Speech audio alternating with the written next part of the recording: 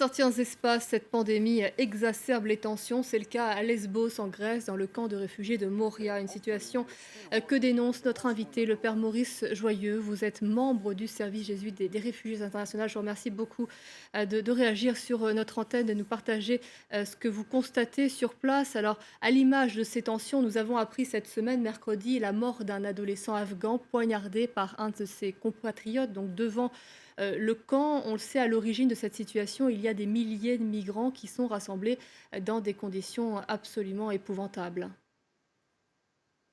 Oui, ils sont tassés, ils sont plus de 20 000 et c'est vraiment très difficile. C'est normal qu'il y ait de la violence d'une certaine manière. En fait, on appelle depuis très longtemps à de l'évacuation sanitaire et humanitaire. Et je le dis avec MSF, je le dis avec le HCR, le Haut Commissariat aux réfugiés, c'est possible d'évacuer et de protéger beaucoup mieux toutes ces personnes. Il suffit de le vouloir. Vous parlez d'environ 19-20 000 personnes qui sont présentes dans ce camp, alors qu'il est en principe prévu pour quoi? À peine 3 000 personnes. Oh, même pas. Ça a commencé depuis 2015. Il y avait 500 personnes. C'était une gestion de l'immigration, puis ça a monté, monté. Et aujourd'hui, ce n'est plus du tout géré. C'est devenu un grand bidonville et on appelle ça un hotspot européen. Non, je crois que vraiment, il y a une très grande fatigue.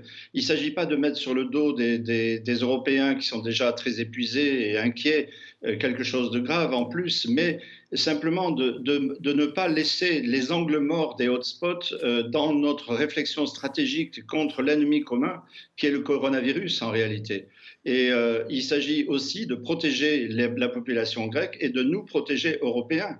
Donc, laisser une bombe sanitaire ainsi depuis déjà plusieurs semaines, c'est une erreur stratégique et de raison et de rationnel. Et donc, ce n'est pas de la folie que de dire, mais pourquoi ne réquisitionnons pas, par exemple, des paquebots de croisière qui ne servent plus à rien en ce moment et pendant longtemps qui ne vont pas servir, pour éventuellement faire un confinement en mer passager, en vue ensuite d'orienter les gens vers les différents pays européens qui se seraient réouverts parce qu'ils ont compris qu'enfin, il faut être solidaire.